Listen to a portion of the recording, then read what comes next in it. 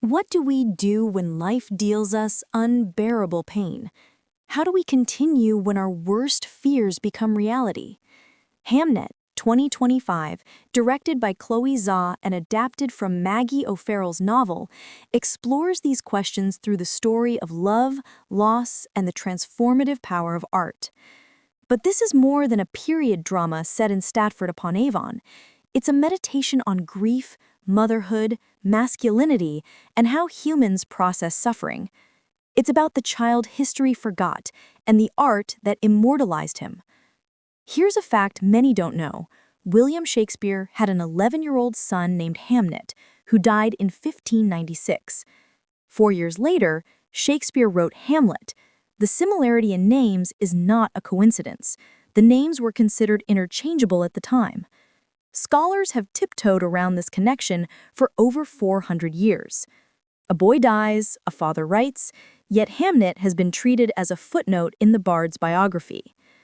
Maggie O'Farrell's novel and Zhao's film correct this erasure, imagining Hamnet's life and giving voice to those left silent in historical records, his mother, Agnes, and the family whose grief history largely ignored.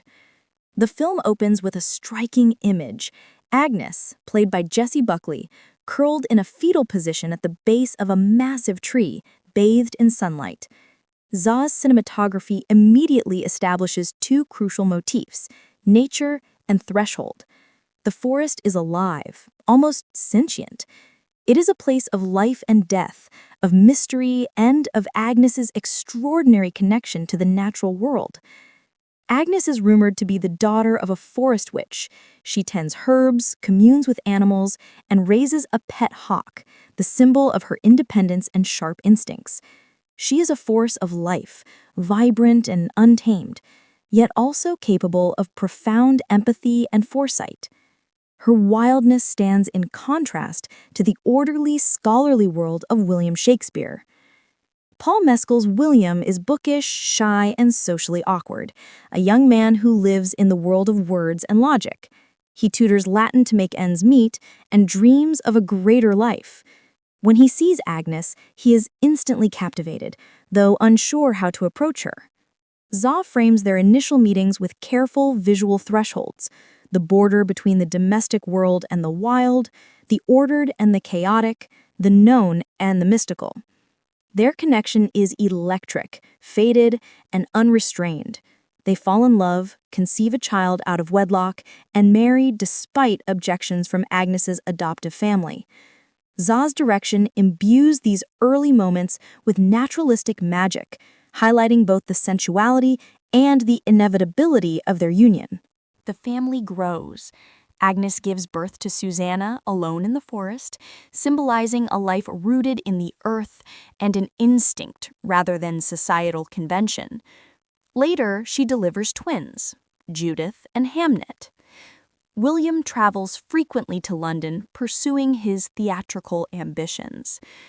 Agnes's mystical connection to the natural world and her intuitive understanding of life and death set the stage for the central conflict of the film: how humans endure grief and how it shapes them. The narrative's emotional core emerges when the bubonic plague strikes Stratford. Judith falls ill first. Hamnet, in a selfless act of love, sacrifices himself to save her. This is a pivotal moment in Zhao's film. The camera lingers on Agnes's face as her world collapses. Buckley's performance conveys every nuance of a mother's grief: shock, denial, fury, despair. William's grief is markedly different. Mescal portrays him as emotionally stifled, trapped within his intellect and words. He cannot outwardly express the devastation he feels. Instead, his grief becomes theater. Hamlet transforms private tragedy into public art. Zhao's direction ensures that both forms of grief are honored: Agnes's primal sorrow and William's intellectualized, creative mourning. Motherhood and grief. Agnes embodies the elemental pain of losing a child. Zhao uses natural imagery, the forest, birds, roots, light filtering through trees to mirror her emotions. Masculinity and internalized suffering, William's grief is invisible yet crushing. Mescal's subtle performance communicates a void, a weight that cannot be shared, only expressed through creation. Art as transformation, Hamlet is William's way of processing loss, immortalizing Hamnet in a narrative that echoes the boy's life and death. Zhao's framing of the Globe Theatre and the forest visually links Agnes's world to William's, suggesting that art and nature are both vessels for human emotion. Connection across time. The film highlights how stories, and the grief that inspire them, transcend generations. Hamnet's life, though brief, reaches centuries into the future through Shakespeare's words and Zhao's cinematic vision. Zhao's signature style shines throughout. Long, unbroken takes allow performances to breathe. Nature is both backdrop and character, reflecting internal states. Stagecraft is used metaphorically. London and the Globe Theatre symbolize the translation of private grief into public narrative. Sound design alternates between silence and subtle orchestral cues, emphasizing emotion without overwhelming it. Wieke Strahl's cinematography enhances this, capturing the interplay between light, shadow, and space to reflect both physical and emotional thresholds. Years after Hamnet's death, Agnes attends a performance of Hamlet. She sees her son's name transformed into art, immortalized on stage. The play mirrors her loss, but also validates it, revealing the dual nature of art. It can heal, memorialize, and connect, yet it also forces confrontation with pain. The final scenes juxtapose the natural and artificial, Agnes in the forest, and then in the theater. The voids, shadows, and light throughout the film culminate in this emotional apex, illustrating that grief and love are inseparable from human creativity. It's important to remember, Hamnet is a work of imaginative speculation rooted in historical fact.